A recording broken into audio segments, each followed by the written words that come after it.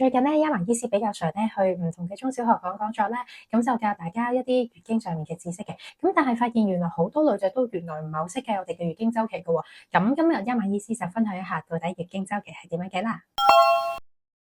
一個規律嘅月經咧，其實就會喺呢個21日至到35日之間嘅，而嚟經嘅日數咧就會係5日啦，去到7日不等。咁啊，視乎你嘅氣血盛衰啦。咁而我哋嘅排卵期就會喺嚟月經之後第1日開始計，去到呢個第14日，咁就會係我哋嘅排卵期嘅啦。咁所以其實上我哋嘅月經週期會係月經嚟潮嘅第1日就開始計，並非大家以為嘅月經嚟完嗰日先開始計嘅。